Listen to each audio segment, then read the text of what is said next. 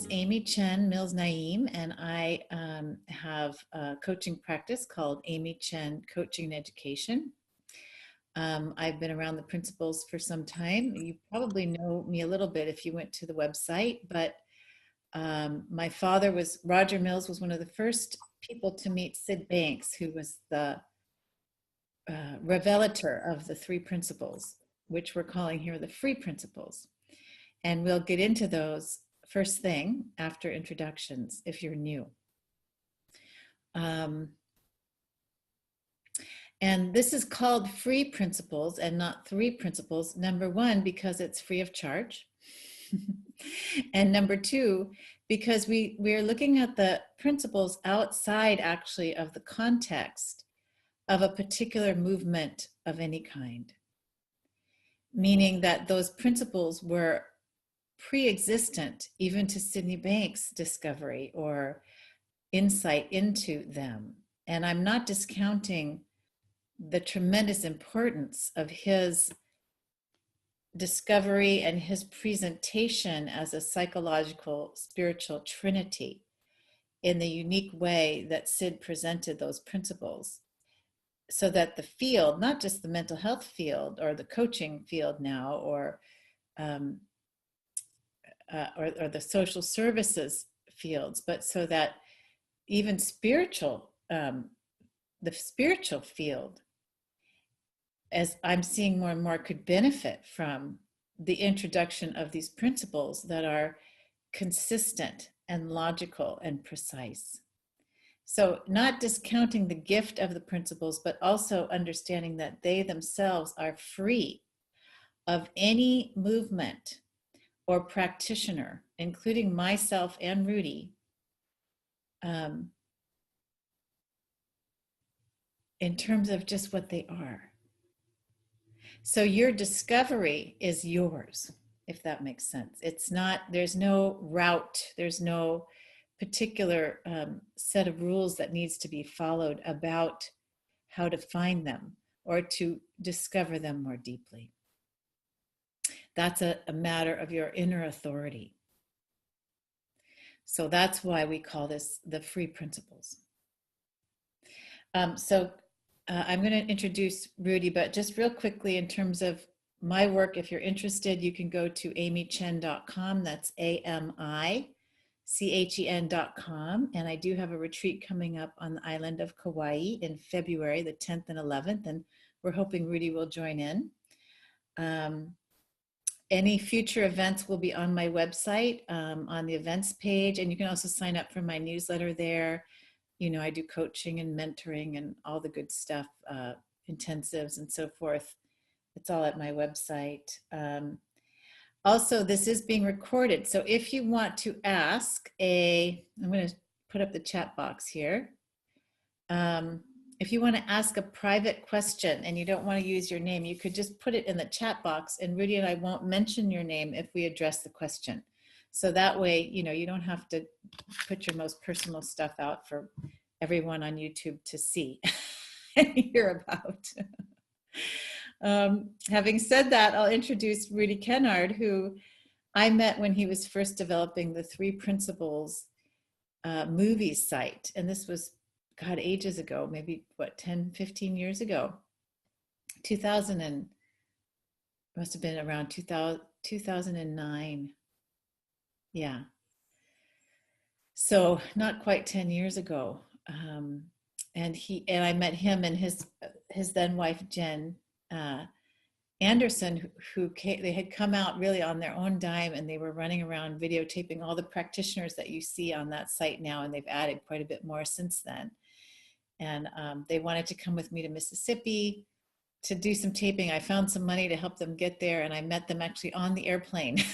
I don't remember how that happened, but they got the same flight as me. And when I got on the airplane, they were waving at me sitting in their seat. So that was how I first met Rudy.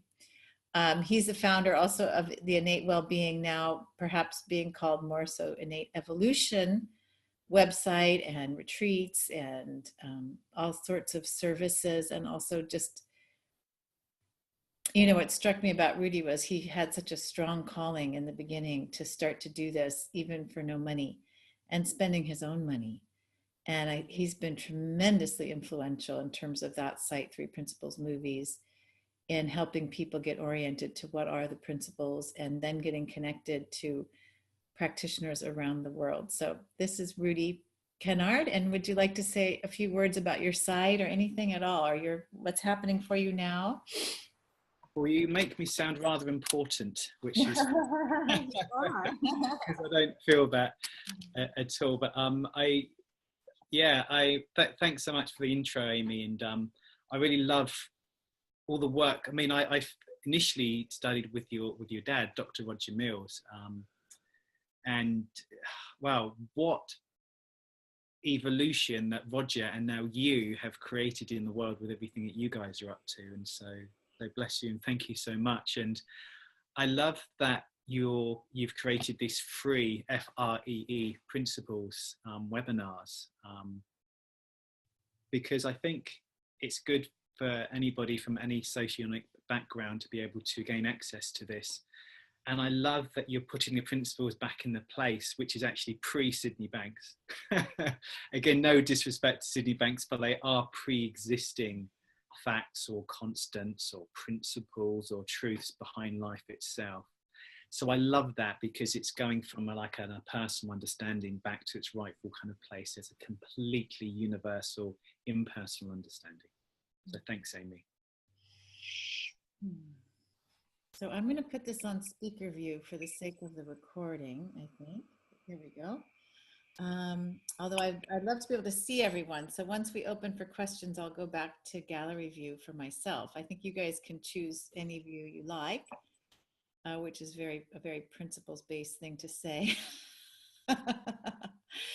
And so speaking of the principles, actually, let me jump back to gallery view for a sec. How many people, and if you are online and you don't have your video on, if you don't mind putting it on, that would be lovely, unless you're like in your pajamas and feeling like you're looking horrid. If you wouldn't mind putting video on, and maybe some of you it's a bandwidth issue, which is fine, just so we can see you. And I don't know if you can raise your hand, but how many people, is there anyone on who's brand new to the principles? This is not something you've heard before. Okay, so there's one, I see. Okay, right now there's just one. So the first thing we're going to do is introduce the principles again for the sake of the one person and also for the sake of all of us, actually, to revisit. It is called the free principles. So I always thought we should cover them again each time. You've heard the name Sydney Banks already, and Rudi, I'm just going to go ahead and, are you there still, Rudi? Okay, good. I'm just going to go ahead and start, and then Rudi, feel free to jump in as we go along. I keep seeing your face and then, okay, cool. Okay, cool. So we mentioned Sydney Banks. For that one person who's new, Sydney Banks was a 9th grade educated welder who had a tremendous experience of, you could say, revelation or insight or awakening in the early 1970s, in which he said he discovered the nature of God. I remember he once said it in the context of a seminar. He said, all that happened was I just discovered the nature of God. And I laughed because I thought, is that all that happened? Just that? And as this awakening unfolded, and as time went by, various psychologists and people in the helping field and lay people came to where he lived on Salt Spring Island in British Columbia, Canada, to hear him speak. And he started to come up with these 3 principles. In fact, I think there was a certain moment at which he said, there are 3 fundamental psychological spiritual principles, and they cannot be altered. And that's what he meant by principle. They cannot, like a law of the universe, they cannot be altered. Everyone is subject to these principles or laws. And they were mind, consciousness, and thought. And so for Sid, how he defined them, mind, which is actually quite similar to many other definitions that I've heard, including Christian Science. Mind with a capital M, the intelligence and energy of all things, whether in the form or formless. So some might say a God. Some might say life. Some might say the absolute. There's so many words to describe this thing that is hard to put words on at all, if that's even possible. And then thought was this capacity we have to, as human beings, to create a separate reality for ourselves. So that means we can imagine ourselves as separate from this mind energy, as separate from each other, having an identity that's separate, and then that explodes into having lots and lots of thoughts about one's identity and others and judgment and life and what's good and what's bad. That is all thought, beliefs, memory, projections into the future, just everything thought. Thought, thought, thought. Perception, opinion, point of view. And then consciousness is our capacity to, that's the third principle, our capacity to experience life through the senses and to experience our thoughts through the senses, also meaning thought has an impact on consciousness the minute thought happens. There's a cascade of neurochemistry that then translates into bodily chemistry that gives us feedback on our thinking. So if we're in a fearful thought, we will have this tremendous feeling of fear and the heart will race. Or if we're in a sad thought, then we'll have this tremendous feeling of sadness and heaviness, and the heart may feel like it's almost breaking, that aching heart feeling, or anger, the red face and the blood pressure goes up. So in a nutshell, that's the principles, is that we actually are, it's not the outside experience that's creating our thinking and our experience of life. It's coming from inside of us. Now, that doesn't mean that something that's quite challenging, as I've recently been through something quite challenging in my life, will not trigger thoughts that make us, that's very normal, that we would feel if someone dies or, something happens, or we lose our job or something, that there will, for most people, there'll be a lot of thinking that's triggered. And yet it doesn't mean that that's the truth about the situation. It just means that that's what our thinking is about the situation, if that makes sense. And therein is the freedom that these principles promise, is that if we can look at our thoughts or notice that it's actually, and trust that actually the world is not falling apart, we only think it's falling apart, our personal world. Then we have the opportunity to transcend our own thinking about life and discover what some people call our true nature, that we are much, much bigger than any circumstance that we face in life, that we're connected to an intelligence that's much, much, that's far beyond our, what some might call our personal intelligence, our personal thought system. And that's our freedom. And it sounds very sort of spiritual, and it is spiritual, but it sounds sort of very sometimes challenging. But if you think about people who go through something hard, like a death or loss of a job, eventually they do recover. They stop thinking the way that for most people, they do recover, because their thoughts gradually change over time. So we're just looking at seeing how in every moment we have the opportunity to be free in that moment, even when something is happening around us or when something's happening inside of us that is causing suffering. So Joel has his hand up, but what I'd like to do first is go to Rudy so he can chime in. And Rudy, did you mute yourself? There you go. Yeah, go ahead.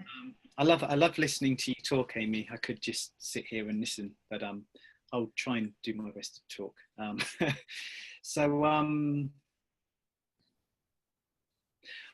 What I love about it, it seems to, I'm kind of quite what I may define as scientifically minded, but I have like an intuitive part, and I'd always found these two apparent polarities of like the spiritual and the psychological, or the scientific and the intuitive, as these opposing forces.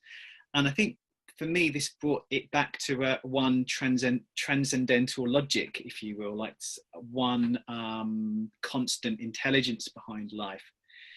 And that is really that there's this one power, which you could call mind, which you could actually call consciousness, or you could actually call it thought, divine or universal thought, divine or universal consciousness, divine or universal mind.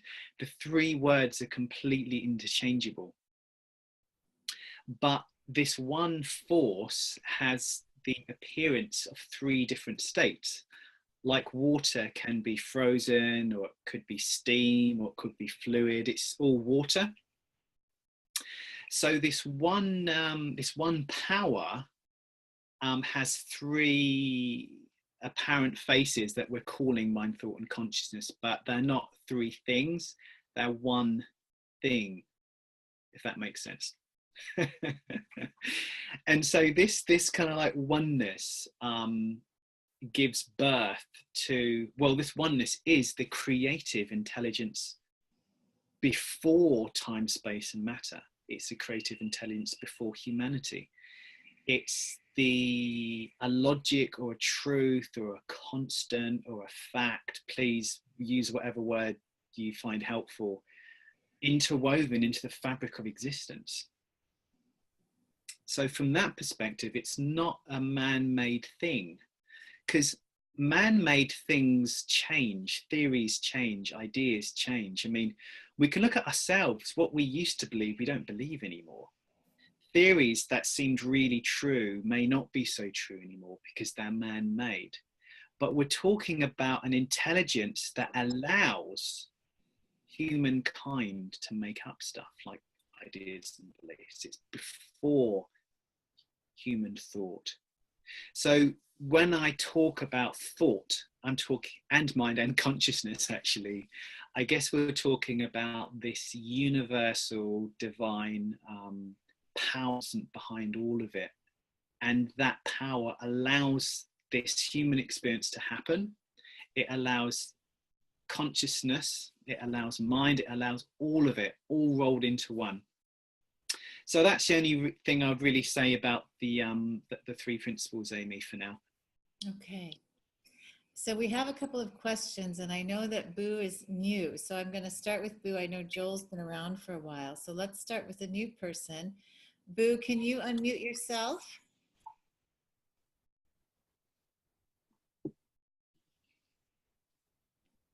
Or I can actually unmute you too. Let me try doing that. Oh, you'll be able to have a swim before dinner. Boo, are you there? Or a pair of Dad's trunks. Boo? Maybe we lost her. She's, I think, Yeah, she's talking about dinner now. 7. She got bored. Boo, hello? Boo? Maybe she raised her hand by mistake. Oh, no, Ems, I'm in the middle of something. Hello? Boo? Boo? Oh, we could probably come back to Boo. Okay, let's mute Boo, and we'll go to Joel. Joel, do you know how to unmute yourself? Yes, both in life and on Zoom. Good morning, or whatever your day part is, wherever you are. So Amy, In your wonderful explanation of the principles, I heard something that I'm trying to pick apart for myself to help better explain things to others. Mm-hmm. Something in the nature of when we have a sad thought, we experience sadness, Mm-hmm. and trying to reconcile that with my understanding that the content of our thinking doesn't create our feelings. So when I hear it doesn't appear that way to me. And when Rudy was just talking about thought, the principle of thought being the power behind our individual thoughts, it seems to me more like our feelings come from our momentary engagement with that power behind our thinking, which may produce a feeling of sadness, which may then color the content of our thinking. I know it's hard for me to put it into words, but I know that it's possible to have the same content of a thought. I see. And it not necessarily be sad or whatever. That Yeah. There's something behind that comes from the, sorry, words are difficult at this point. It comes from the principle or energy of thought that's producing my feeling in that moment, that's expressing itself in whatever the content of my thinking is. You know, what I would say is that it's how much we believe it. It's how much energy we've invested in believing the thought. So if the thought is, for example, my life is ruined, or I'm a failure, I've failed, and then that's connected to this deeper core thought, what I call a sort of core for most human beings, like I'm worthless, I'm not worthy. We can have that thought in a passing moment and just, oh, that's an interesting thought. I mean, I could think it right now. I'm saying it, I'm not worthy. But if we're invested in the thought, there's some energy of investment and belief, and that creates the intensity of the feeling. Well, this is where I'm hearing that, and this is where it's getting a little squishy for me these days in trying to communicate this to others, because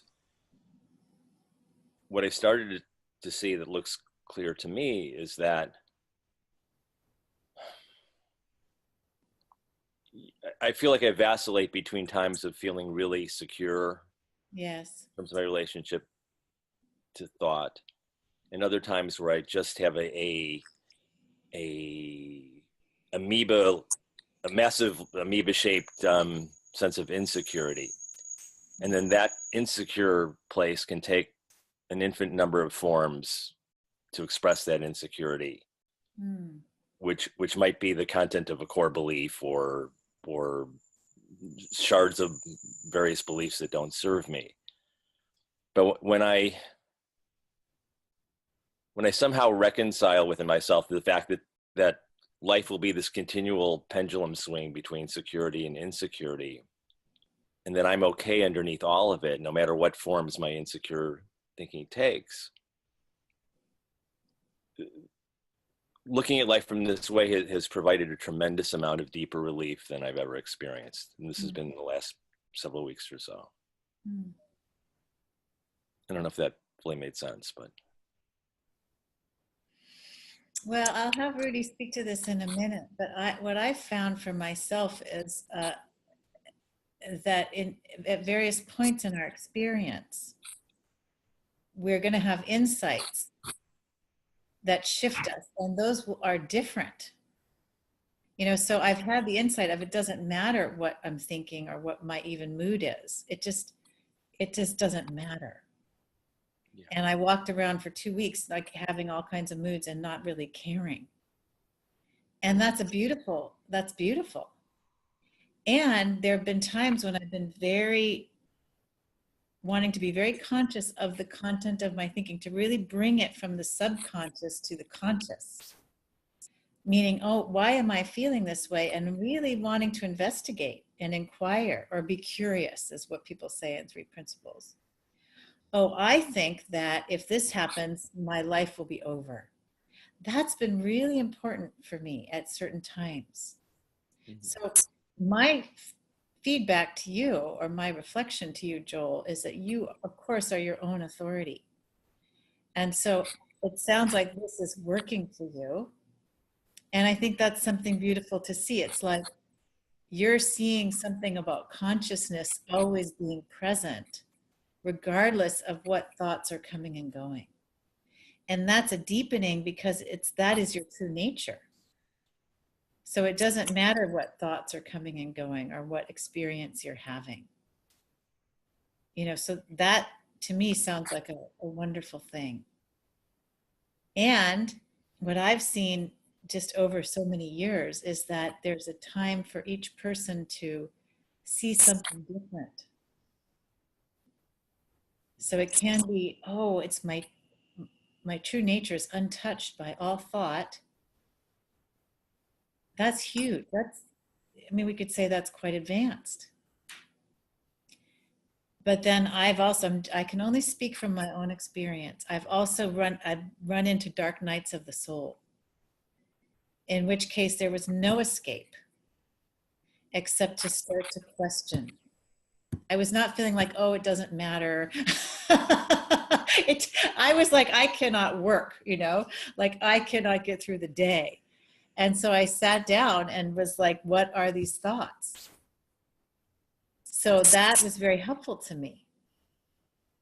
So I don't want to put any rules on what's right for each person and what they're understanding or what they should be doing. And that's why I speak to each person's own inner authority.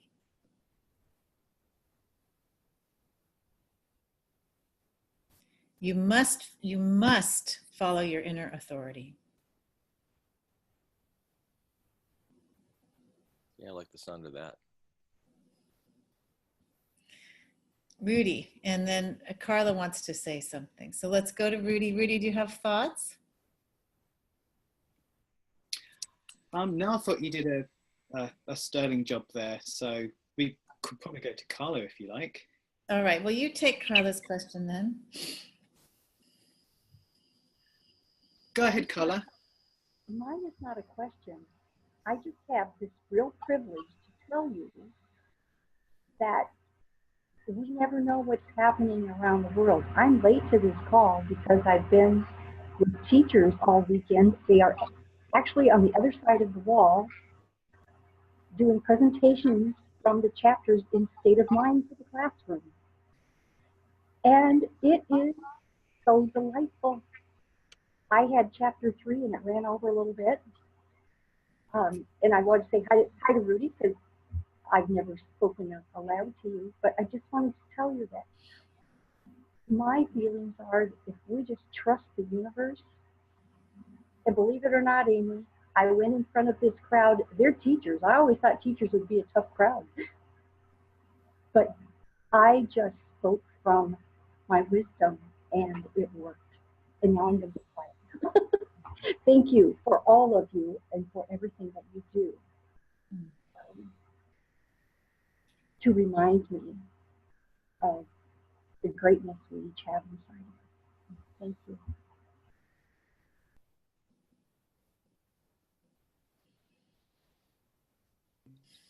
Thanks, Carla. You've written a book, haven't you? Can you tell us a tiny bit about your book?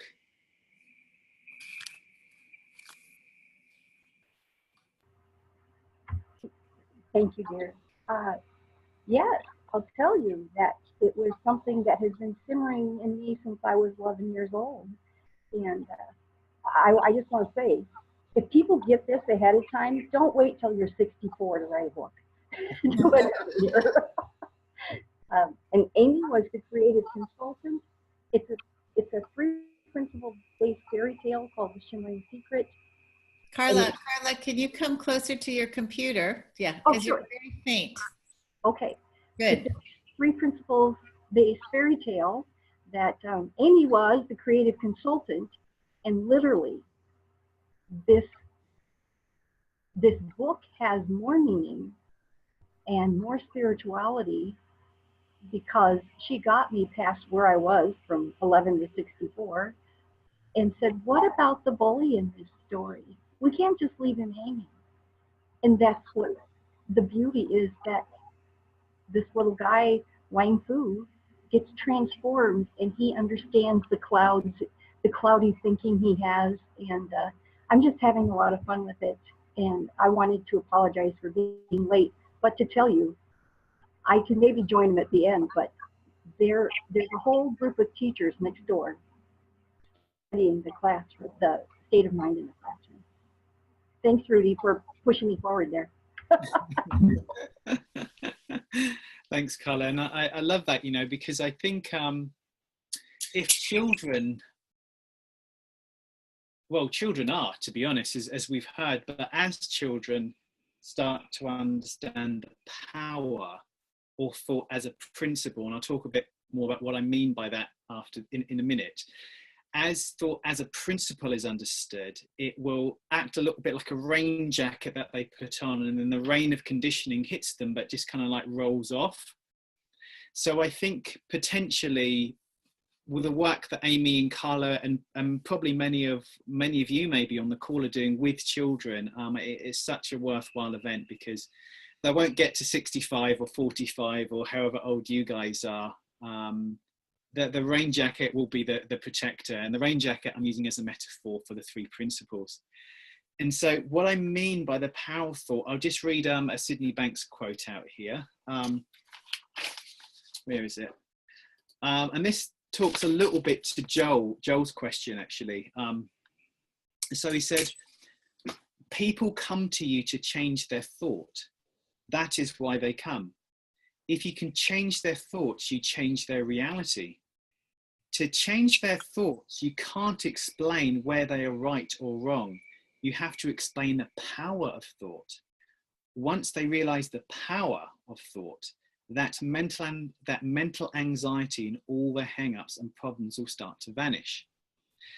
Now, that's not saying it will alleviate suffering or personal suffering. It's saying that we have perspective on the completely naturalness of having human suffering.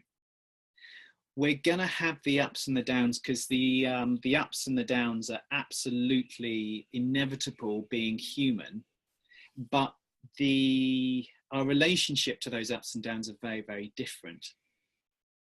And so as I think what happens is people think, and for whatever reason, whatever we think, whatever you think, whatever any of us think is going to look and it's going to feel true to us. But thought's a construction of our minds. I mean, I know that there's a mug there. I'm not constructing that in my mind. That's there. Ultimately, maybe not, but let's just say it's there for now. But my experience of mug is coming from my thinking of the mug. Like, if I hadn't have a thought in my mind of the mug, I wouldn't be experiencing the mug. So we're not saying we're creating life via thought. We're saying we're experiencing life via thought. And when we say thought in the moment is so powerful because our moments are very different. And if any of you have got children or partners, as I'm sure almost everybody has had one or the other, have you noticed that in the moment you can have a very different experience of them? One moment they're really annoying, another moment they're beautiful. One minute their behavior could be disrespectful or unpleasant, and another moment their behavior could mean that they're independent or strong or whatever. Like, our moments are very different. So we live in this moment to moment experience of this power of creation, because another word for thought is creation. Thought creates. It's a creative power of the universe, giving birth to the experience we're having in front of our eyes right now. Now, going back to that quote of Sid, he's talking about seeing the power of thought. So, Joel, I'm like you. I can have really unpleasant thinking. And it's not pleasant. And if I've got a button that says, you know, stop unpleasant thinking, I would repeatedly press it until it worked. But we just have the human experience, and the human experience just does this. The downs aren't bad and the ups aren't good. The downs aren't wrong and the ups aren't right. What happens if you go beyond human belief systems and judgments of right and wrong to just the fact of the human experience ebbs and flows? It's a spiritual expression of ebbing and flowing. Summer, winter, dark, night, alive, dead. I mean, you look at the makeup of the universe and it's that shape, it's waves. Energy waves are like waves like this. There's this up and down stuff happening. The problem comes when we think the down's wrong and the up's good. You get rid of that, the human personification of this innate intelligence, and you just got, I'm feeling crap sometimes, or more than sometimes, and sometimes I'm feeling good.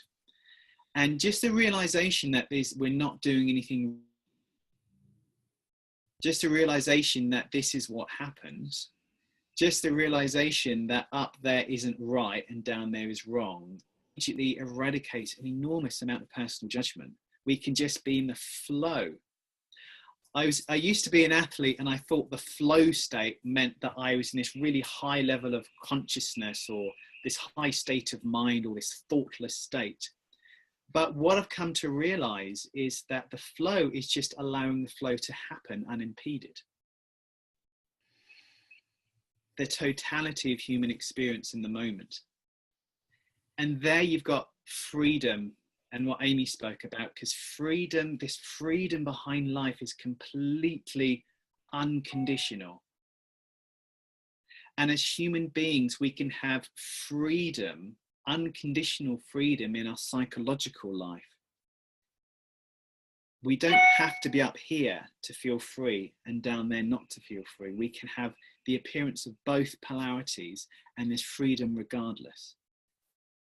And for us in this language, and for me, seeing the power of thought, mind and consciousness allows a perceiving through the personal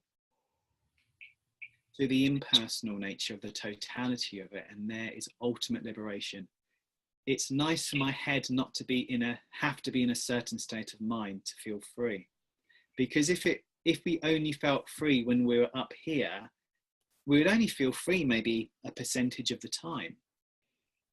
But it's possible to have any experience and freedom still part of it. So Boo jumped back on, and I told her I would call on her. Boo, do you still have a question? And do you know how to unmute yourself, or I can unmute you? Yeah, I think I've done it. Thank you. Sorry about that. That's all right. I think it's just been answered, actually. The question about suffering, I've been exploring the 3 principles for about 3 months now, so I'm a relative newbie. Prior to that, I've explored all sorts of spiritualities and psychologies, and in an attempt to sort of rid myself of anxiety disorder. But, you know, you come up against these real ouch moments in life. I'm sure we've all experienced them. Bereavement, illness, all the biggies, all the usual stuff that we have to deal with. And it's at those moments I think, oh no, this has got to be outside in.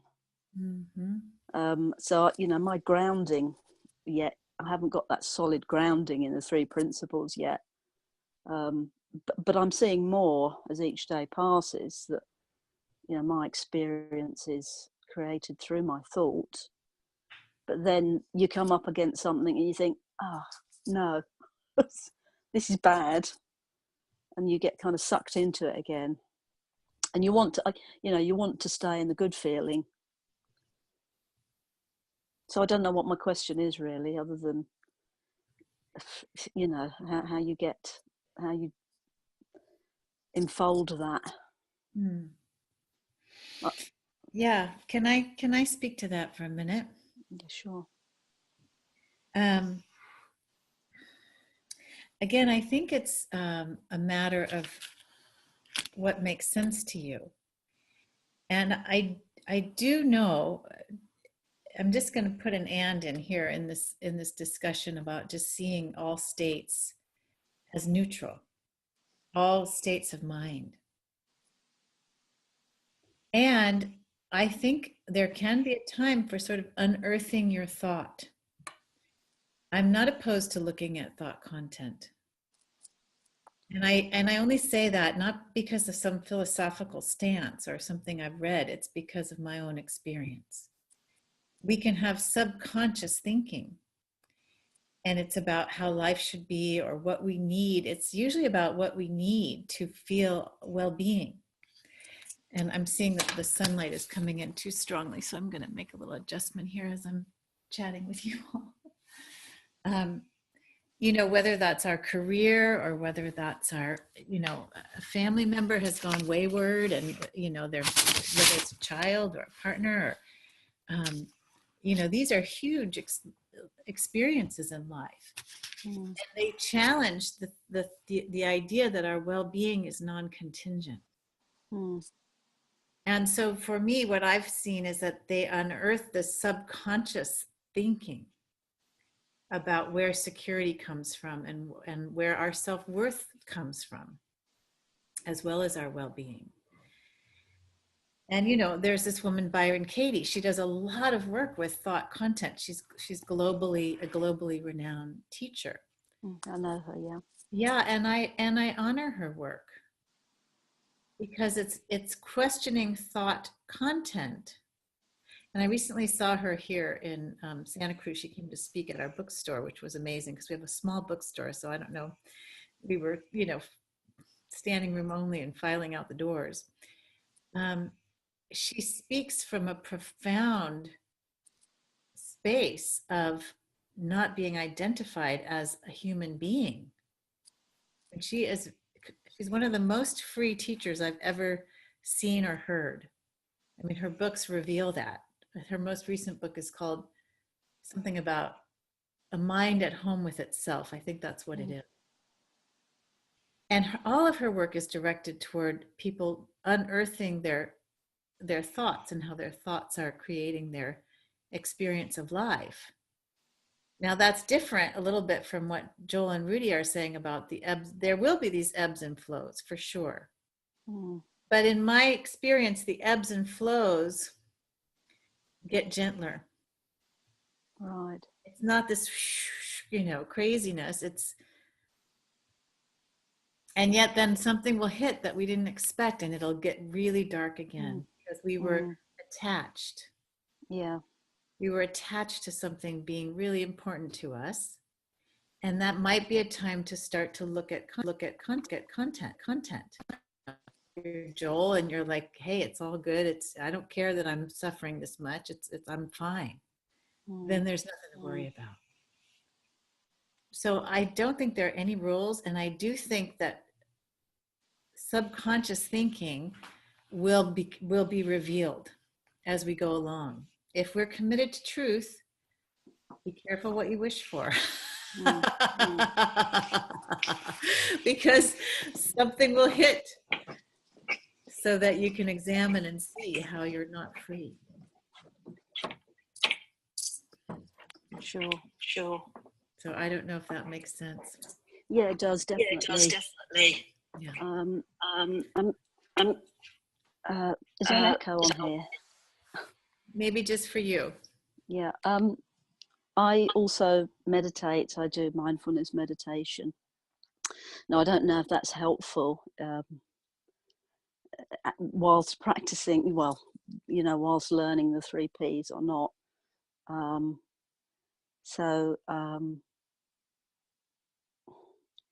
You know, things can arise during meditation as well. But what I'm seeing from the 3P conversation so far is I'm just noticing my thoughts and the way they rise and fall and how my experience is created by thought. But as I say, sometimes, you know, I come up against a brick wall. But what you've just said is very useful about looking at the content of subconscious thought. when it arises. Mm-hmm. So I'm just sort of listening to the conversation and trying to not try. So Boo, when you asked, I don't know if it's helpful to do mindfulness meditation. My question to you is it helpful? I think it helps. It's like giving my brain a little shower. Mm. So afterwards, my thoughts don't feel so solid. Yeah. I like the work of Tara Brach. I don't know if you know her. No, I don't know her, but she's a psychotherapist, mindfulness teacher, written lots of books. So, you know, I'm just sort of finding my way with the 3 principles at the moment, and also finding that very useful as well. Well, it's, you know, a mental shower sounds good to me. Yeah. You know, my whole thing is if it's working, it's working. Right. And then there comes the point at which it doesn't perhaps make sense anymore. Yeah. Yeah. Okay. Thank you. To go to your own authority. Yeah. Yeah. Yeah. That's great. Yeah. Lovely. It's really, really useful conversation. So thank you both very much. Thank you, Boo. So we have about 20 more minutes. Any other questions? We're going to go for an hour and 15. Questions or even your insights or what's happening for you, reports.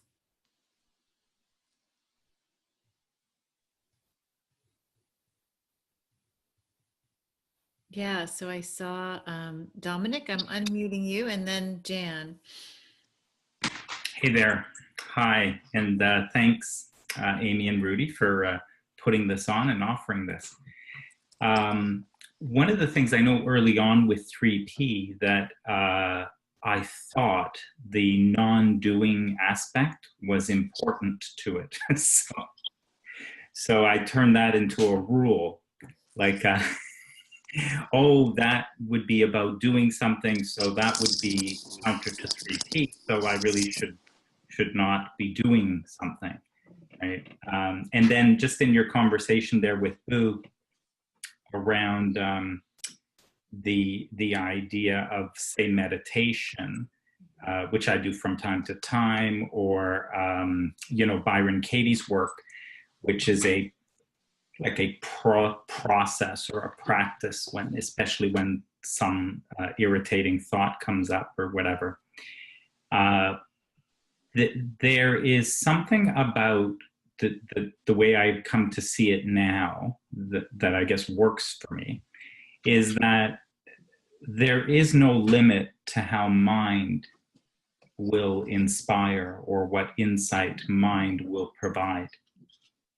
So mind knows so well kind of what's appropriate and next for me, that it may have me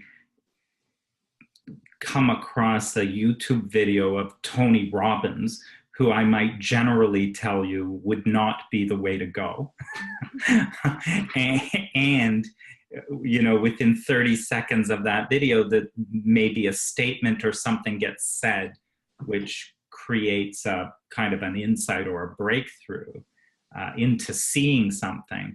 And that is the kind of the easiest, fastest way, the path of least resistance. And there is nothing mind cannot access to communicate kind of from where I am in that moment. So Byron Katie may be exactly perfect, and to sit down and to do the work on some place that I am completely stuck may be exactly the thing to do to take me through that and kind of open it up to that. So I wanted to just kind of bring that forward as something different that over the past few years I've seen, as I've kind of not been so stuck on the rule of not doing, the rule of not using a practice, And you know, who says mind can't provide a practice or can't provide a book or a something or other, right? So thanks, Dominic. That's lovely. And also, it's like the topic of non-doing. It's an impersonal thing that I'll kind of highlight, but we can hear it personally and think it actually means don't do anything. But what it's really saying is that because this unifying field, this force, this power, if you will, is perfectly operating this perfectly imperfect human being, we don't need to do anything to that. Like, it just does it itself. You know, like you see kids get really upset, and then without having to apply any mind technologies or whatever, they just kind of calm down, they get equilibrium. Like the system in and of itself, just, it's okay. It's got it covered. Like, we don't need to do anything to the system to make it any better. It's like trying to get God and then trying to make God more God. Like, you can't do it. It's perfect as it is. But we can hear that personally and think, oh, so I'm not allowed to do anything. I mean, I love yoga. I mean, sometimes I sit and I used to teach mindfulness as some mindfulness meditation. I love it. Like, as soon as someone says, don't do that, that's an opinion, okay? And it's not necessarily true, because like we've just been discussing, sometimes it's really helpful to do different things. And again, it's going back to Amy's following up inner authority. What feels right for you? What do you love doing? What's helpful for you? Do that until at some stage it doesn't seem helpful, and then don't do that. And so the free principles are, F-R-E-E, are free. Like gravity, gravity doesn't have an opinion. It's like if it drops a human and the human dies, or it drops an orange, you can say, oh, you know, gravity's bad because it killed a human, but it's not personal, it's just working. And these three principles are what's working to create the entirety of the human experience. So it doesn't have an opinion. So when you look at the three principles, F-R-E-E, as soon as someone says, do this, don't do that, you can't do this, you should be doing that, that's not the three principles, that's opinion on the three principles. Amy, do you want to add anything to that in case I get in trouble? No, I'm just going to let you get in trouble and see what happens. It'll be fun. So for instance, when I first learned, I thought that you shouldn't meditate. So I stopped meditating. And to be honest, I wish I hadn't, because it is really helpful, really, really helpful to me. And at some stage, thought as a power just became more factual to me. And I didn't really need to meditate, but it wasn't because I shouldn't, it's because I didn't really need to. But now and again, I love meditating. And in fact, I went on a meditation retreat and I loved it. So it really, don't stop doing what you love. Sid always said, do what you love doing. As soon as you feel constrained by this understanding, that isn't it, because this is ultimate liberation. Do what you love doing, do what's helpful and makes sense to you, whatever it is. And Sid also said to follow the feeling.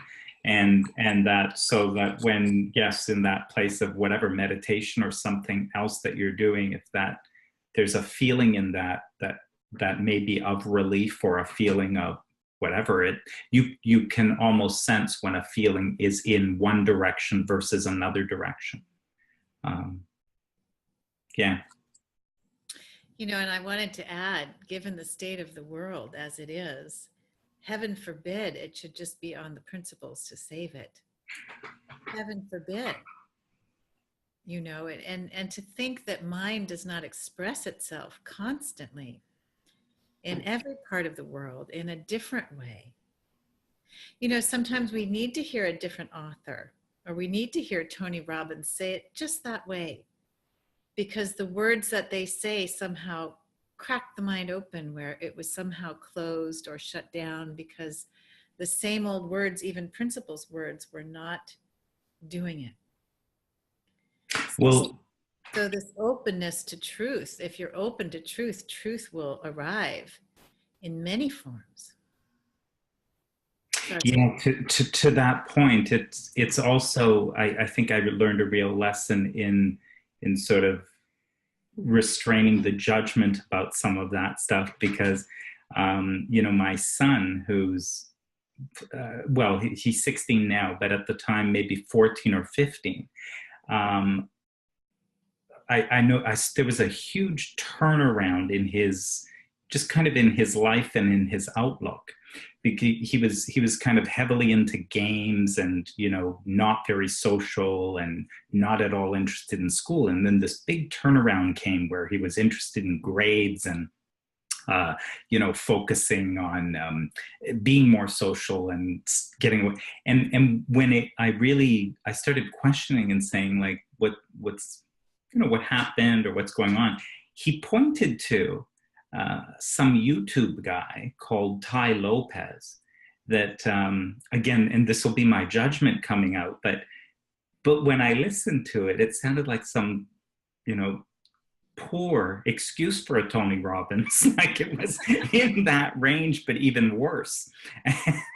and I listened to it, and I kind of myself, I thought, oh my God, there's so much, it's just so bad, right? But it spoke perfectly to my son and created an insight and a turnaround. And I really learned a lesson in not being judgmental about what brings anybody forward. And I can assure you it wouldn't have been 3 principles at that time had he watched a YouTube of Sydney Banks at that time. Now, since then, a few months ago, I passed him The Enlightened Gardener, and I passed him, you know, some Sydney Banks books. He loved them. but I don't believe that 2 years ago it would have been quite the same. There's kind of like he is in a place of really openness. Yes. Yeah. Yes, it's that open. It's when someone's ready, that teaching shows up. Yeah. So Jan had a question, and then I can't see everyone on the one screen. So if you raise your hand, oh, there's also someone here. Let's see. Irina is, so Jan, and we'll go to Jan, and then we'll go to Irina, and then we could go a bit later for those of you who can do, I can do. So we could take this to 10:30, and those of you who need to leave at 10:15 or 15:15, you could go. If you want to stay on and get your questions answered, I can stay on. Rudy, can you stay on? I can't. I can stay into 15:15, but I've got some students doing a webinar, and I really want to. That would have been. I'm coming in 15 minutes late already to their webinar, so I want to be there for them. So I'll need to leave at 15:15. Okay. Let's go to Jan, and then we'll go to Irina, and then we'll go to Ivan, and we'll see where we're at. Yeah. Okay, Jan. Well, under the circumstances, this feels like a bit of a silly question, but I was talking to somebody about this the other day, and she was adamant that her feelings come first before her thoughts. And that was that, really. There wasn't, short of sitting there for several hours, you know, I couldn't really make any sense of it. She just knows that her feelings come first, and that's it. And so I'd be quite pleased if somebody would help me with it. Well, if you get rid of the word thought and feeling and coin the term, which I've made up, feelings, they happen because we often teach, you know, thought creates feeling, but actually I'm going to get in trouble again and saying I don't really agree with that either. I think they both happen at exactly the same time, thought and feeling, whether conscious or unconscious thought, meaning visible or invisible. Thought and feeling, because there's this one power, everything happens at the same time from this one power. So whether it's thinking, whether it's feeling, whether it's the chemicals reacting, whether it's the biology, you know, it's all happening instantaneously at the same time. It's kind of like a face. You've got this face and this, you kind of go all around. It's all different faces of the same thing. So yeah, people can definitely argue, because there was some research where they had hundreds of people look at this blank screen and images came up on the screen. Now they didn't know what image was going to come up. Okay, and so they had like happy images and they had really quite disgusting images came up. But the galvanic skin response to the scientists showed that the people knew unconsciously what image was going to come up before it flashed on a screen, 5 seconds before it came up. So you could then say it's proof feeling comes before thought. But thought is mostly invisible to us. It's not that it isn't having an effect on us if it's invisible. So thought and feeling happen at the same time, but we're only conscious of a very small percentage of thought in the moment. And so again, on my courses, I call it feelings, because it's a cross between thought and feeling, both happening at exactly the same time, whether conscious or unconscious. Sorry, I'm waffling now. No, that was good. Absolutely. Not worth arguing about. Yes. Yes, thank you, Rudy. Thanks, Jen. Well, Sid also talked about we can be in a feeling and then go looking for thoughts to justify the feeling. So there's that too, where we do get into a mood and then everything looks crap. And so we keep thinking and thinking in a negative way because we're sort of locked into a subconscious or conscious thought that is negative to begin with. So, but that happens too. Let's go to Irina. Can you unmute yourself? Hello, can you hear me? Yeah. Oh, hello. It's my first call like this. I'm a bit nervous, to be honest. But thank you so much for all the work you're doing. And I really enjoy reading and listening to all the videos you do. My mind has been going over a question of, well, the following. If the mind created all the forms, and animals are all forms and humans are all forms, I wonder why the forms want to survive for as long as possible and they really don't want to die. If death is an illusion and it's all mind at the end of the day, just experiencing itself, then it's very interesting to me that every animal is desperate to survive in the world. So I wonder if you could discuss that, if it's possible. I think the only explanation I have in my head is even though it's all a big illusion, each form wants to experience itself for as long as possible and therefore has this illusion of wanting to survive, if it makes sense, I hope. Yes, well, what occurs to me is you know, that we just want to take care. We want to, we want to be alive. I mean, if we didn't care about that, we might just walk in front of a bus. You know, there's something, life forms are meant to survive for a certain time period. You know, just, it seems to me, to live out a life. And so we get that and we protect that. And yet I also think there are people who have transcended this idea that they need to continue to live in the body because they're not identified with the body or the personality.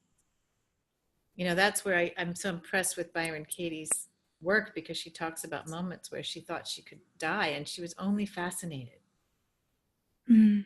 So there's that sort of total release from the survival instinct. And yet what I notice about Byron Katie is she takes care of herself too. She brushes her teeth and she lives in a home, and she, you know, she's not throwing herself in front of a bus either. So it seems like there's a natural instinct to just be comfortable and to survive. And as human beings, at least, we have the capacity to transcend the terror of what we think of as dying. Right. Thank you. Thank you so much. Just been on my mind a lot recently for some reason. Yeah. For asking the question.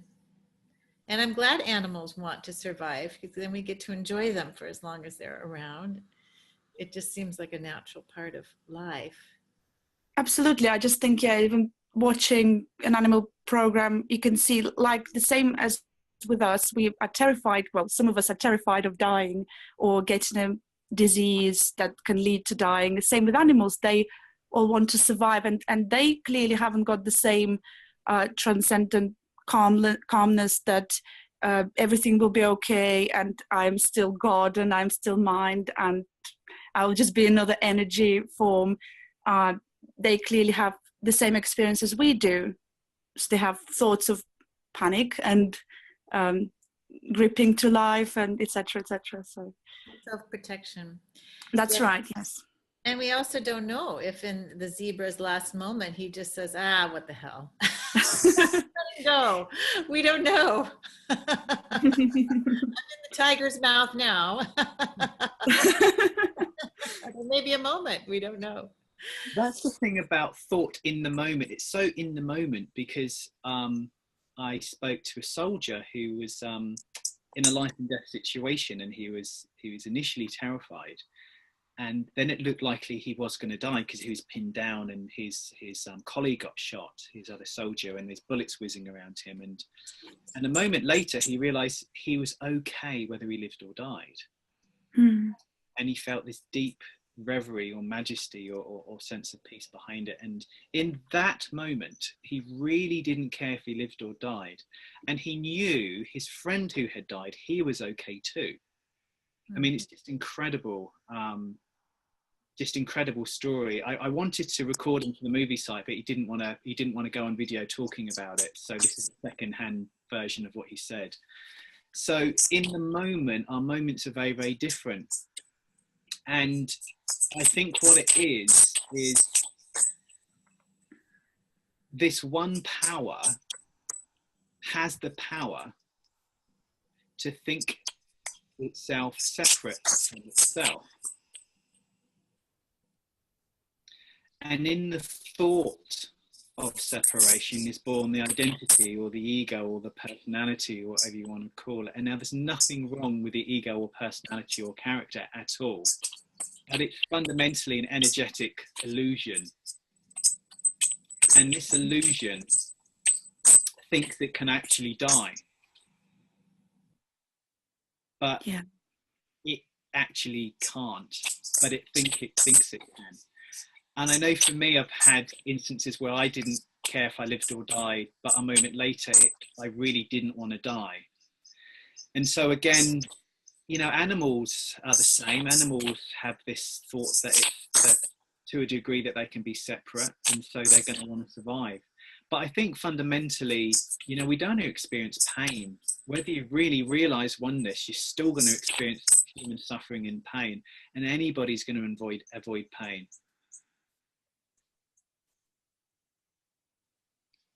Thank you so much. Very interesting. Thank you. Thank you for today's chat as well. Yeah, thank you.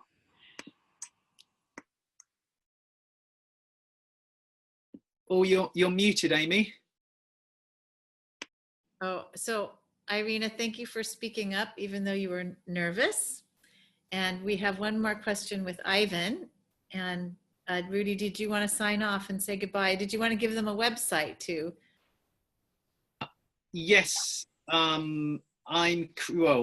My partner's creating innateevolution.com. I'll put it in their message. At the moment, it's just a shop with loads of different products on, but it will be a website soon, and I'm putting loads and loads and loads of free footage on there. So I'm hoping that will be up in the next couple of weeks. So if you go to innateevolution.com, at the moment, this is December 2017, whoever's watching the webinar afterwards. It's just a shop, but within a couple of weeks, start of 2018, there'll be a website, loads of free resources on there. So that's what I'll suggest, and bless you and thank you all for listening and being patient with my endless waffling. So bless you, and I'll see you guys soon. Thanks so much, Amy. Bye for now. Bye, Rudy. So we'll go to Ivan. And Ivan, can you unmute yourself? Yes. I don't even I don't have a question. I just want really interesting for me about the not needing to, like, you have a free choice to do whatever you want, and not doing is actually an impersonal thing. And it kind of pointed me that most of the time, and it's good because most of the time I don't even know what I'm doing in my mind, you know. There is just this flow going on, and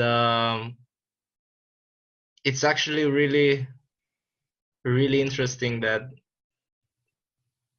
there is this flow. And I feel like the thing that was that continues to be really helpful for me is that there is this understanding. I don't know what I've actually seen, but there is some kind of understanding that I have about the mind that always brings me out of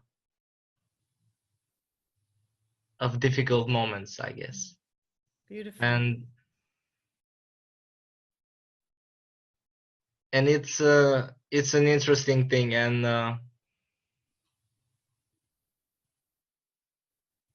I guess we can enjoy anything because it's right there and it is taking care of us. That's beautiful, and so happy for you. You're teaching us, sharing your experience. Thank you. So that's what I wanted to say. Thank you. Good, thank you.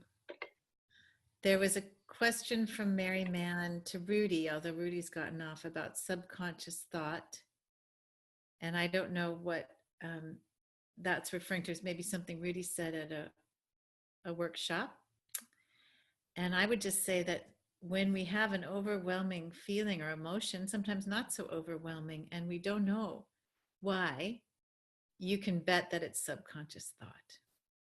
It's some subconscious thought. And at the root of insecure thinking, it all boils down to this notion that we have of who we are, of an identity that can be hurt or damaged or suffer by the circumstance or through the circumstance that we're presented with, or that we're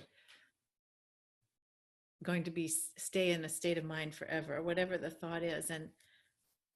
And so I, for me anyway, it's been part of my journey to investigate what is that entity that thinks it can be damaged. Does it exist? Is it a thought construct? What happens when we come loose from that? You know, when we're in a moment, this is what happens in meditation. We're not thinking of a self. We're not thinking of an entity that we are. And we go into a state of bliss, or we go into a state of peace, or what people call nothingness, a full nothingness or emptiness. And so in the absence of a self-concept, something is here. And that's, to me, that's the invitation of the principles, is to discover what is here, what exists before, prior to, and underneath all thought, personal thought, possibly even impersonal thought. And then we get to, and that's freedom.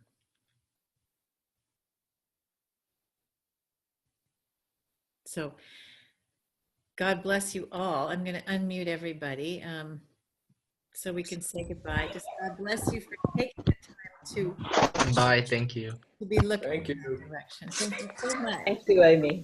Thank you. Thank you.